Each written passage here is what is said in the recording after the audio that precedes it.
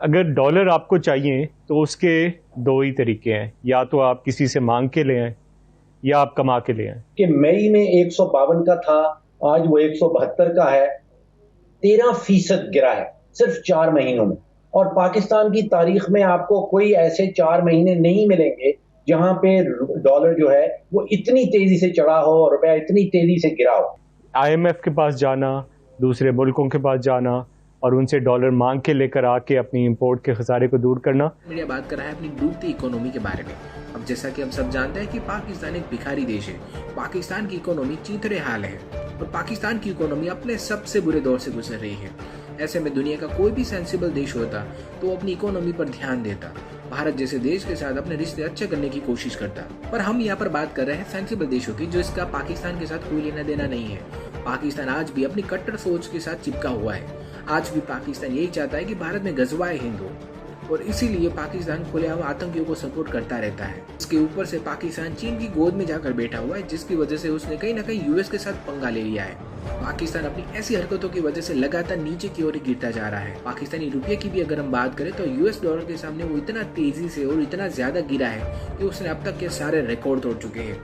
इन्हीं सारी बातों को लेकर पाकिस्तान मीडिया को अपने मुल्क की काफी चिंता हो रही है, पर कहीं ना कहीं इनको भी पता है कि पाकिस्तान का कुछ भी होने वाला नहीं है। इसी बात को लेकर पाकिस्तान मीडिया में और भी क्या चर्चा हो रही है वो देखने के लिए शुरू करते हैं इस वीडियो का अगला भाग। कि हमने वजारत खजाना को और पेंटागन को आपस में मिला देना है और उन मुल्कों के खिलाफ जो हमारे दुश्मन हैं, बगैर अमेरिकन फौज भेजे हम उनके खिलाफ जो वेपनाइजेशन ऑफ फाइनेंस है, यानी कि हम फाइनेंस को एक जंगी हथियार बना लेंगे। जो आपने जिक्र किया कि मई में 152 का था, आज वो 172 का है। 13% गिरा है सिर्फ 4 महीनों में। और पाकिस्तान की तारीख में आपको कोई ऐसे 4 महीने नहीं मिलेंगे जहां पे डॉलर जो है वो इतनी तेजी से चढ़ा हो और रुपया इतनी तेजी से गिरा हो। कि अगर बिजली इंडिया में 7 सेंट की है, अगर वियतनाम में 7 सेंट की है, तो हम 11 सेंट की अगर अपनी इंडस्ट्री को देंगे तो वो दुनिया भर में किसी से कम्पीट नहीं कर सकती। इसमें कोई शक की बात नहीं। गैस आप देख लीजिए कि बांग्लादेश में उनकी इंडस्ट्री को 3 सेंट की मिलती है, इंडिया वाले 4.5 सेंट की भी गैस दे रहे हैं। हम एलएनजी जो आ रही है वो 9.5 सेंट की है और जो पाकिस्तान में वैसे गैस दे रहे हैं इंडस्ट्री को 6 सेंट की पड़ रही है। यहाँ पे भी हम कंपैरेटिव नहीं है। फिर टैक्स के हवाले से आप जरा अंदाजा कीजिए कि इंडस्ट्री का जो हिस्सा है, जो जीडीपी है, वो 21% है और उनकी जो टैक्स की कंट्रीब्यूशन है वो 70% है। यही जो इंडस्ट्रीज आपके सामने बैठे हुए हैं, सारा का सारा टैक्स हम इनके ऊपर डाल देते, हालांकि ये सिर्फ 21% जीडीपी का हिस्सा बनते हैं। तो एक तो मामला ये है कि जो कार्टेल्स बने हुए हैं, जो इनको बिजली महंगी दे रहा है, उसके ऊपर जाना पड़ेगा, उस कार्टेल को तोड़ना पड़ेगा। जो इनको गैस महंगी दे रहा है उसके ऊपर नजरसानी करनी पड़ेगी कि मामला क्या है, चोरी हो रही है, कहां जा रहा है मामला।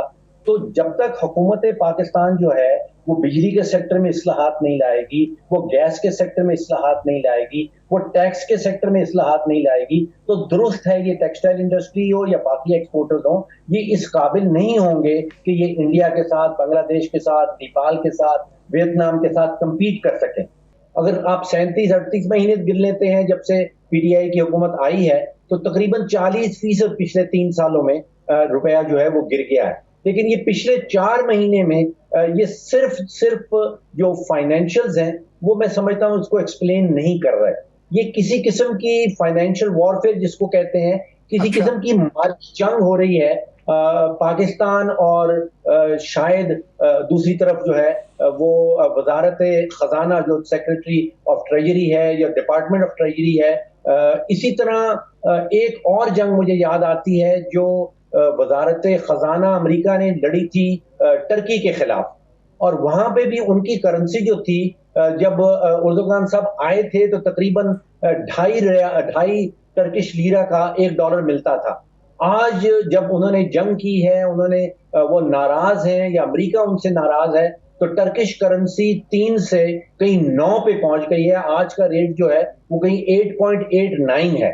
तो बगैर अमेरिकन फौजी भेजे एक जंग लड़ी जा सकती है मुल्कों के साथ। जो 2014 में जिसकी इब्तिदा। अच्छा, ये एक बड़ा पहलू है। लेकिन मेरा फिर वो सवाल है, एक आम आदमी का सवाल है कि अगर एप्टमा को या टेक्सटाइल इंडस्ट्री को या फार्मास्यूटिकल एक्सपोर्टर्स जो हैं वो तरक्की कर भी रहे हैं, तो एक आम आदमी को उसका फायदा मुंतकिल क्यों नहीं हो रहा? जी, बड़ा वैलिड सवाल है कि वहां पे अगर तरक्की हो रही है, वाकई में हो रही है, तो फिर उसका फायदा आम आदमी तक कब तक पहुंचेगा? क्योंकि बेरोजगारियां बढ़ रही हैं। हुकूमत खुद से कह रही है कि जो अनएम्प्लॉयमेंट की शरह है वो कोई 6.5% पे पहुंच गई है। और उसमें जो हैरानकुन मामला ये है कि जो ग्रेजुएट्स हैं हमारे मुल्क में, जो बैचलर्स कर चुके हुए हैं, उनमें जो बेरोजगारी की शरह है वो 25-30% पे पहुंच रही है। यानी कि वो तो बेतहाशा 4 में से 1 ग्रेजुएट जो है वो आप अंदाजा कीजिए कि इस वक्त बेरोजगार है। देखिए, पिछले कई सालों से मैं देख रहा हूं एक हमारा साइकिल चलता है। खास तौर पे जो हमारी टेक्सटाइल इंडस्ट्री है, एप्टमा वाले हैं, उनको बेशुमार आप समझिए कि ताकत के टीके लगाए जाते हैं। जैसे कि इस हुकूमत ने तकरीबन 200 अरब रुपए की सस्ती बिजली फराहम की एक्सपोर्टर्स को। उसके बाद 150 रुपए की कोई सस्ती गैस दे चुके हैं इनको। फिर 400 अरब रुपए की टैक्सेस की कंसेशंस हैं। उसके बाद 200 अरब रुपए के सस्ते कर्जाजात हैं, जो आप मशीनरी इंपोर्ट की बात कर रहे थे। अब ये सारे टीके लगने के बाद इनमें कुछ जान आ जाती है, उसके बाद फिर कुछ एक्सपोर्ट्स के ऑर्डर्स आने लगते हैं। लेकिन हुकूमत पाकिस्तान जो है वो ये टीके जो है इनको सस्टेन नहीं कर सकेगी। ये एक दफा लग गए, अब हम IMF के पास जाने को तैयार बैठे हैं। जब जैसे ही हम IMF के प्रोग्राम में जाएंगे, IMF कहेगी कि ये सारे टीके आप बंद कर दें। ये सारे टीके जब बंद हो जाते हैं तो फिर हमारी जो टेक्सटाइल एक्सपोर्टर्स हैं वो ठुस हो जाते हैं। और यही साइकिल मैंने देखा है पिछले 15-20 सालों से ऐसे ही चलता आता है। 2018 में आप निकाल के देख लीजिए, जब हमारा तिजारती खसारा, हमारा करंट अकाउंट का खसारा PMLN के दौरान 20 अरब डॉलर पे पहुंच गया था, तो हमें यही बताया गया था कि आप खुश रहें, हमने बहुत सारी मशीनरी इंपोर्ट कर ली है, अब ये मशीनरी यहाँ पे लग जाएगी और फिर बेतहाशा एक्सपोर्ट होगी। अब जैसे आपने अपने प्रोग्राम के शुरू में कहा, आप अंदाजा करें कि माली साल 2013-14 में 80 रुपए का $1 था और उस वक्त हमने 31 अरब डॉलर की एक्सपोर्ट कर दी। अब 170 पे डॉलर पहुंच रहा है।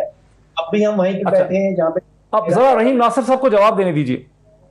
सर, ये आपने बड़े सवाल उठा दिए ये ताकत के टीकों के, मल्टीविटामिन्स के जो लग रहे हैं एप्टमा को और टेक्सटाइल एक्सपोर्टर्स को।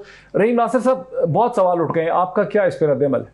Sir, export, if you look at textile export, एक साल में तकरीबन $3.5 बिलियन की एक्सपोर्ट इंक्रीज हुई है एंड वी आर होपिंग कि इंशाल्लाह will take it to 21 billion this year.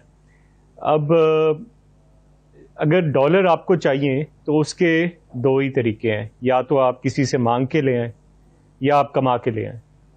तो हमारी तो हमेशा से जो इकोनॉमिक सिक्योरिटी की जो पॉलिसी रही है टेक्सटाइल इंडस्ट्री की, कि डॉलर वो अच्छे हैं जो कमा के ला सकें।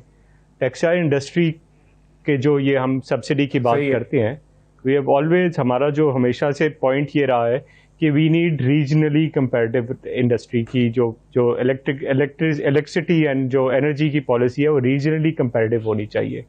अगर हमारे नेबरिंग कंट्री या हमारी कंपैरेटिव कंट्रीज़ बांग्लादेश, इंडिया में अगर गैस की कीमत $6 या $5 मिलती है और हमें वही कीमत $15 इस वजह से दी जाती है क्योंकि वो क्रॉस सब्सिडी दूसरे सेक्टर से क्रॉस सब्सिडी करके हमारी कीमत बढ़ाई जाती है, तो वो कंसिडर सब्सिडी की मद में नहीं कंसिडर किए जाती। वो एक सेक्टर दूसरे को सब्सिडाइज करके एक की प्राइस बहुत सस्ती कर दी जाती है, दूसरे की प्राइस बहुत महंगी कर दी जाती है। सो अगर तो आपको डॉलर चाहिए और अगर आपने इंपोर्ट्स का खसारा दूर करना है, वो exports he is the only option. मैं आपकी दूसरी बात का भी सवाल का जवाब देना चाहूँगा। नहीं, लेकिन हाँ, लेकिन ये तो आपकी हाँ जी जी, लेकिन वो तो इल्ज़ाम तो ये है ना कि मसलसल, अब जैसे ये फार्मास्यूटिकल वाले बैठे हैं हमारे साथ, तौकीर साहब, ये तो कह रहे हैं कि आप लोगों को तो हुकूमत सपोर्ट करती है, टेक्सटाइल वालों को, हम लोगों को नहीं करती। और आप कह रहे हैं कि हमें जो सपोर्ट करती है इसलिए करती है कि बिजली महंगी है, गैस महंगी है। तो फिर इसका हल है क्या रहीम साहब? मैं तो इसके हक पे हूँ कि हर इंडस्ट्री को इंसेंटिवाइज करना चाहिए। जब इंडस्ट्री लगेगी, that is the only way exports will go up and आपके बाहर से डॉलर आ सकेंगे। उसका इसके अलावा इसका कोई और तरीका नहीं है। IMF के पास जाना, दूसरे मुल्कों के पास जाना और उनसे डॉलर मांग के लेकर आके अपनी इंपोर्ट के खसारे को दूर करना, that is not the solution. अगर फारूक साहब के पास कोई इसका सोल्यूशन और है तो हमें बताएं। बट वी बिलीव कि जो एनर्जी के जो शोबे के जो प्रॉब्लम्स हैं, अगर वो टेक्सटाइल पे डाल दिए जाएंगे और ये कहा जाएगा क्योंकि हमारी एनर्जी की कॉस्ट इसलिए ज़्यादा है क्योंकि हम एक दूसरे शोबे को सब्सिडाइज करते हैं कि उसको हमने $2 की गैस देनी है और दूसरे शोबे को, दूसरा जो शोबा है वो $15 की गैस इसलिए ले, तो उससे फिर इंडस्ट्रीज नहीं चलती। So we need a consistent policy. अगर हमने अपनी शोबे, अपनी इंडस्ट्री को तरक्की देनी है, we need a long term consistent policy. 1 साल की पॉलिसी दे के कभी दे दी कभी नहीं दे दी, इस तरह